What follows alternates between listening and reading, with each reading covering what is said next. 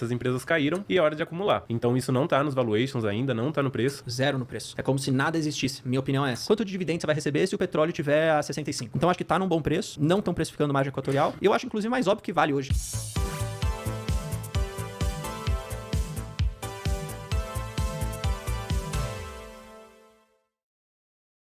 Outra empresa que vem caindo bastante é a Petrobras, que o pessoal tá com medo. Barril de petróleo nas mínimas. O que vocês veem aí? Petróleo, né? Tem muitos riscos aí quando a gente fala de commodity, é tudo muito cíclico. Então agora a gente está com o petróleo Brent, que é a referência aí do petróleo no mundo, a $65 o barril. Ele já bateu 80, 90 alguns meses atrás, nas máximas 150, 120. Então isso naturalmente vai mexer com essas empresas, né? Afinal o produto dela vale menos, ela vende por menos lucro ali, básico. Mas eu vejo que tem algumas pressões aí baixistas ainda no preço do petróleo. Então, por exemplo, se a Ucrânia e a Rússia anunciam lá o fim da guerra ou a pausa da guerra, pode ter aí mais uma pressão ali para o petróleo cair um pouco mais. Tem também toda a questão da OPEP, que já foi mais dominante, agora nem tanto, mas ela comanda ali um pouco da oferta de petróleo, né? Mas eu vejo que assim, essas empresas caíram e é hora de acumular. Eu particularmente gosto muito de petróleo, acompanho as teses e estou comprando empresas de petróleo, não só a Petrobras, mas as Junior Oils aí também. Então eu acho que é uma oportunidade agora de acumular o petróleo. E a Petrobras, especificamente ela, tem um ponto muito interessante, né? Que é para daqui 3, 4 anos, que é a margem equatorial. Então lá, se ela começar a explorar lá, de fato tiver o óleo, ela conseguir extrair sem grandes problemas, o que é o esperado, afinal a empresa tem know-how em águas profundas. Ela provavelmente vai se tornar a terceira maior empresa de petróleo do mundo. Então isso não está nos valuations ainda, não está no preço, mas quem está olhando para o longo prazo, acumular agora, eu acho que pode ser uma boa pedida e vai ser muito bem recompensado no futuro. Eu concordo, eu acho que margem equatorial tá zero no preço. É como se nada existisse, minha opinião é essa. Mesmo que, a passos de tartaruga, é verdade, as coisas estejam andando, de certa forma. E a única vez que eu concordei com o Lula na minha vida foi quando ele falou: pô, gente, tem que deixar fazer o estudo disso daí. Ele falou assim, tem que andar. Ele falou para os caras do Ibama, tem que andar, tem que fazer o estudo. Deixa fazer o estudo. Porque estavam não querendo nem deixar fazer o estudo, entendeu? Sim. No Ibama, lá tava parando tudo.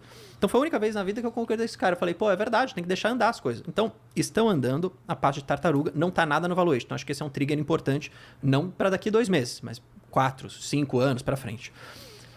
Ao mesmo tempo que... O que eu vejo de cenário, assim, para petróleo, né? Difícil de saber onde é que ele vai. Eu gosto de só tentar entender um pouco de qual que talvez seja a direção, não necessariamente o preço que ele vai ficar. Então, o que é interessante de olhar? Hoje, a gente tem uma demanda, que é uma demanda fraca, e tem um risco de desaquecimento global das economias por conta das tarifas, especialmente vindas do Trump. Com essas mudanças da tarifa, tudo, inclusive até ontem, né, um tribunal nos Estados Unidos tinha meio que bloqueado as tarifas do Trump de acontecer. Aí o mercado tinha até dado uma animada. O petróleo até começou a meio que subir. Hoje já começou a cair de novo, porque saiu um relatório aí do pessoal falando que isso vai ser derrubado em 2 minutos lá pelo governo. Enfim, qual que é a visão? A demanda, teoricamente, está meio fraca. A OPEP+ está se juntando nos seus principais produtores ali, seus principais membros, falando, vamos aumentar a produção. Então já é uma curva de oferta e demanda. Demanda está fraca, a oferta aumentando, esse preço, teoricamente, é para baixo. Por que eu acho? E aí as pessoas perguntam, pô, mas por que os produtores e exploradores de petróleo querem fazer com que o preço do petróleo caia?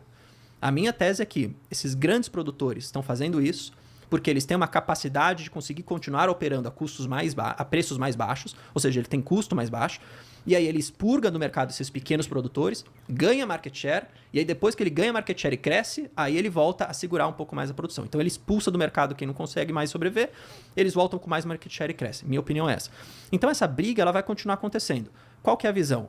Teoricamente, petróleo é uma visão baixista, na minha opinião. Só que qual é o ponto ótimo do petróleo para a Petrobras? É muito baixo. Então, hoje está muito longe não vale mais a pena para a Petrobras produzir. Está muito longe disso. E lembrando, a Petrobras tem o menor lifting cost da indústria. Muito menos do que Prio, muito menos do que Brava Energia, muito menos do que Recôncavo, comparando com as outras que a gente tem aqui capital aberto. Então, ela é muito defensiva nesse sentido. E aí eu volto. Quanto de dividendo você vai receber se o petróleo tiver a 65? Ordinário. Mais ou menos 9% no ano de 2025. Se ficar numa média de 65%. Pô, se for para 40, tem uma projeção do BTG. Se for para 40, vai ser um 6,5. Aí vai ser ruim, mas pô, tem que ir para 40. Entendeu? Tá 65 o negócio. 63, 64. Então ainda tá num preço, na minha opinião, que é um preço bom, poderia ser, claro, melhor, mas aí é tudo também uma questão de preço das ações. Petrobras hoje está 31 e pouco. Está muito atrativo, na minha opinião. E aí tem esse trigger da margem equatorial que ninguém está precificando. Então vale a pena você ir comprando, acumulando, podendo ter esse trigger da margem equatorial, recebendo um dividendo ordinário, não estou nem falando de extraordinário, de mais ou menos 2 dígitos no ano de 2025, que é um ano de dificuldade. E depois você vai começar a ter os anos benéficos, né? Quando o petróleo voltar a subir, quando o cenário ficar melhor, que vai acontecer, porque é cíclico. Aconteceu na história e vai acontecer no futuro. Então, acho que está num bom preço, não estão precificando margem equatorial. Um risco que eu acho que talvez o pessoal tenha que olhar para 2025 é, a depender do preço do petróleo, também a questão do dividendo extraordinário de Petrobras, que aí pode não vir, que eles podem não pagar. Que é uma decisão que eles vão saber na hora ali, né? Da própria diretoria e tudo.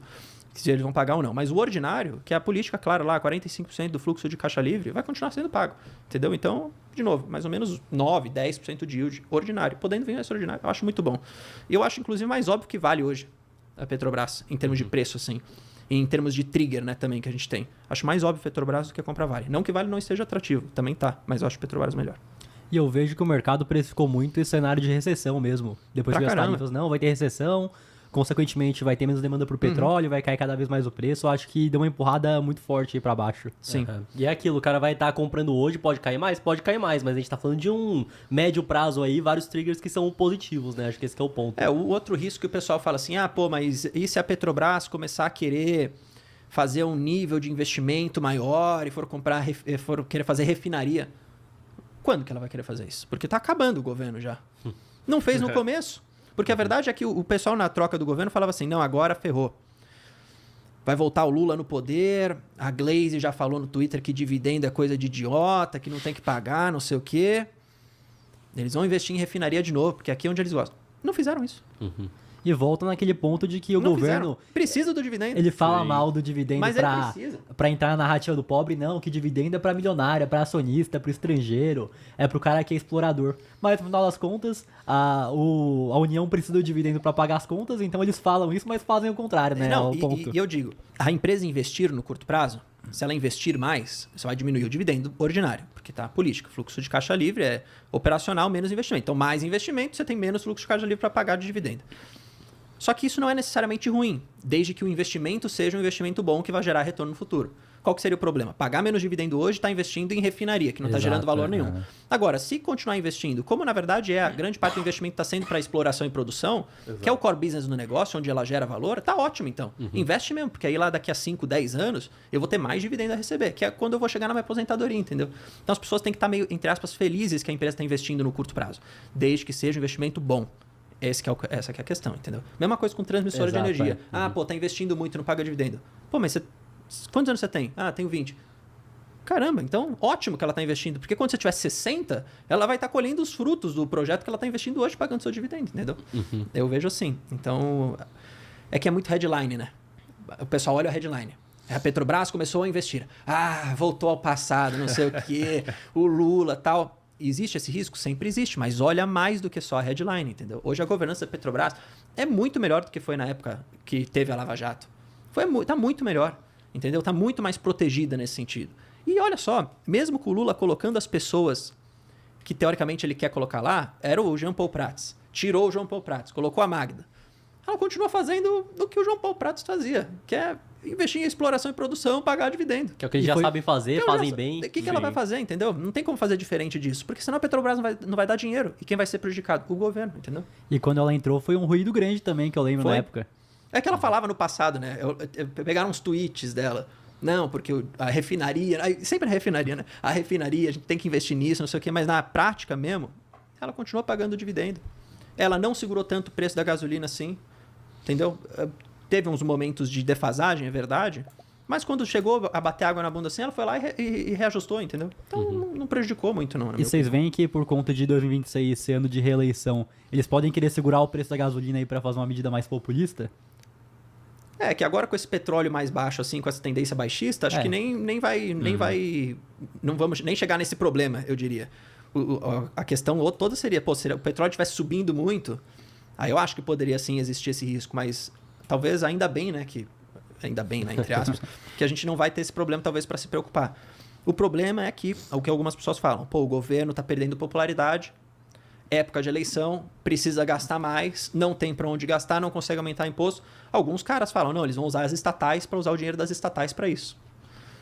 Mas aí, como é que eu vou prever isso daí? Entendeu? Como é que eu vou saber? E aí, outro ponto é que a estatal já tem o desconto por conta dessa possibilidade. Já hein? tem, Sim. também, já tem, é verdade, já tá no preço, né?